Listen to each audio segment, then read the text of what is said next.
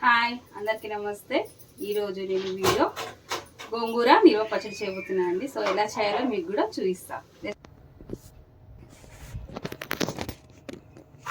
గోంగూర పచ్చడి ఇది 500 గ్రాములు ఉంది. ఒక మంచి శుభ్రంగా కడుక్కొని ఒక 2 గంటల సేపు తడి లేకుండా ఆరబెట్టుకోవాలి. ఇలాగా తడి అస్సలు ఉండొద్దు. అలాగే 100 గ్రాముల ఎండుమిర్చి ఇలా 2 ముక్కలుగా చేసి పెట్టుకున్నాం. 50 గ్రాముల వెల్లుల్లి ఇలా తొక్కను తీసేసి పొలుచుకొని పెట్టుకోవాలి. 1/2 టేబుల్ స్పూన్ మెంతులు, ఒక నిమ్మ సైజ్ అంతా చింతపండు ఇలా వాటర్లో నానబెట్టుకోవాలి. 50 గ్రాముల దొడ్డుప్పు,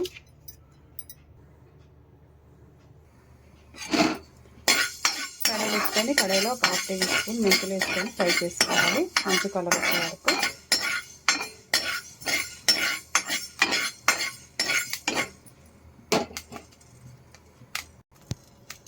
మెంతులు ఫ్రై అవుతున్నాయి కదా, ఇప్పుడు మనం ఒక ప్లేట్లోకి తీసుకోవాలి. అలాగే నెక్స్ట్ వచ్చేసి అదే ప్యాన్లో ఒక 2 టేబుల్ స్పూన్ ఆయిల్ వేసుకోవాలి. దీంట్లో ఎండుమిర్చి ఫ్రై చేసుకోవాలి. ఇలా కలుపుతూనే ఫ్రై చేసుకోవాలి, మాడకుండా దూరగా వేసుకోవాలి.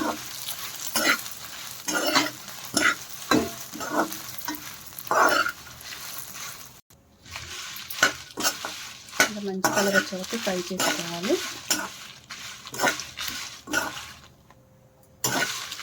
ఎండుమిర్చి ఫ్రై అయిపోయింది కదా, ఇది ఒక ప్లేట్లోకి తీసుకోవాలి. ఇలా ఒక ప్లేట్లోకి తీసుకొని చల్లార్చుకోవాలి. అదే కడాయిలో నానబెట్టుకున్న చింతపండు కూడా వేసి ఉడకబెట్టుకోవాలి.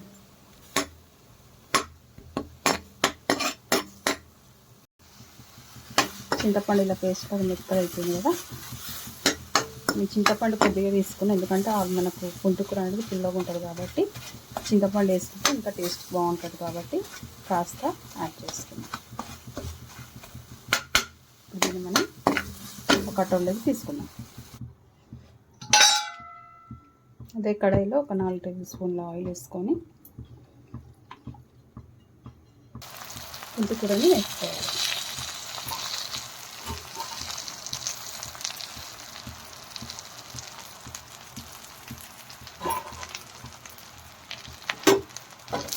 ఇదంతా మిక్స్ చేసుకోవాలి. మంచిగా ఫ్రై చేసుకోవాలి పుంటుకూరని.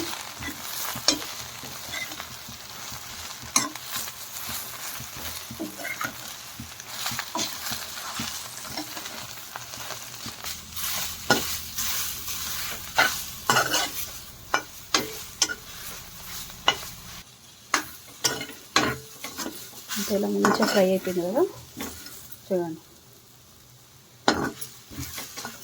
మనం దీన్ని ఒక ప్లేట్లో తీసుకొని పూర్తిగా చల్లార్చుకోవాలి.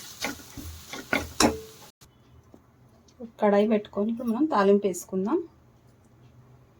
దాంట్లో 1/2 కేజీ నూనె వేసుకుంటున్నాం. 1/2 టేబుల్ స్పూన్ ఆవాలు,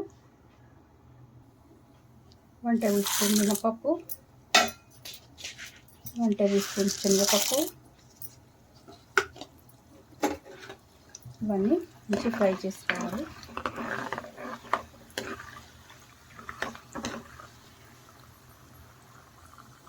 అలాగే ఒక 10 వెల్లుల్లి,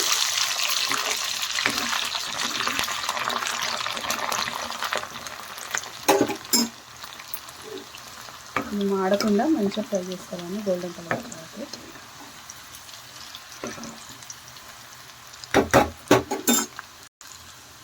అలాగే ఇంకా 6-7 ఎండుమిర్చి, కొద్దిగా కరివేపాకు.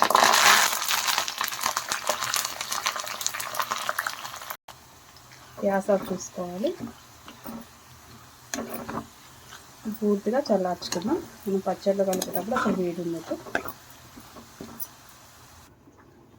మిక్సీ జార్ తీసుకొని అందులో మనం ముందుగా ఎండుమిర్చిని పేస్ట్ చేసుకుందాం. ఇప్పుడు మనం దీన్ని మెత్తగా గ్రైండ్ చేసుకోవాలి. ఇలా మెత్తగా గ్రైండ్ చేసుకోవాలి. అదే మిక్సీ జార్లో ఉప్పు,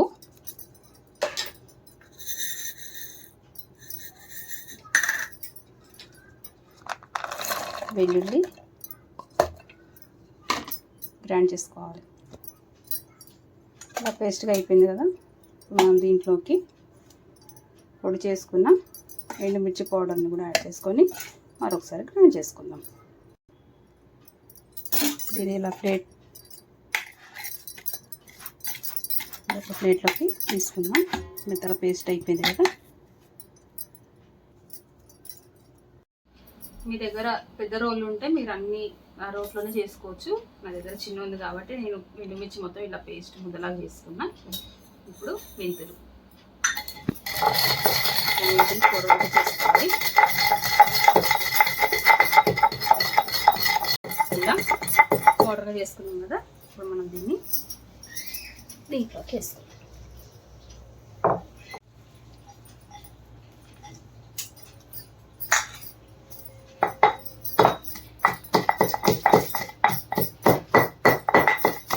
చింతపండు కూడా మెత్తగా యాడ్ చేసుకోవాలి.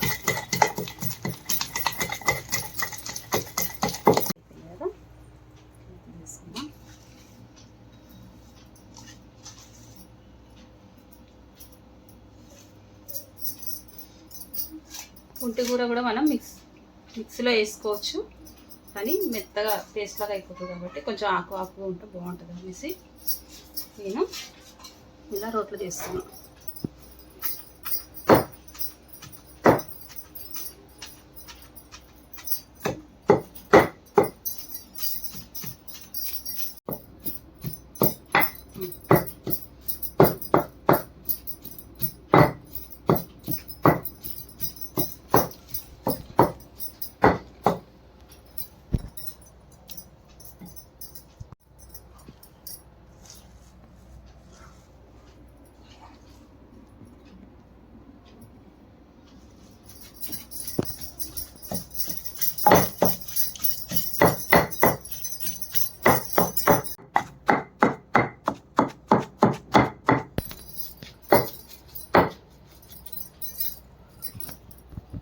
పేస్ట్ అయిపోయింది కదా. ఇప్పుడు మనం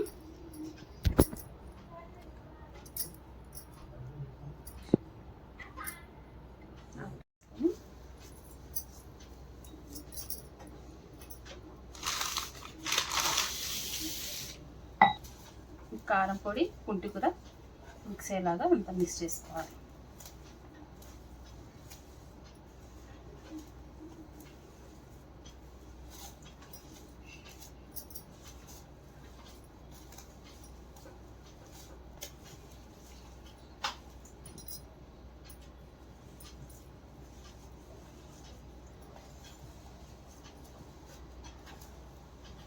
చేసుకున్నాం కదా. ఇప్పుడు తాలింపు పూర్తిగా చల్లారిపోయింది. దీన్ని మనం తీసుకొని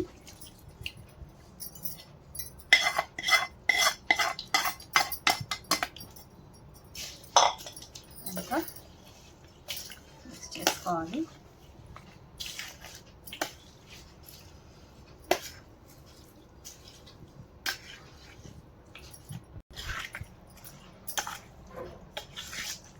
అంతా మిక్స్ చేసుకొని దీన్ని మనం ఒక డబ్బాలోకి స్టోర్ చేసుకొని పెట్టుకోవాలి.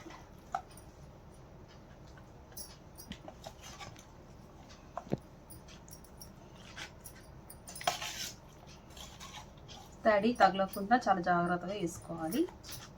అప్పుడే పచ్చళ్ళు బూజు పట్టకుండా ఉంటాయి.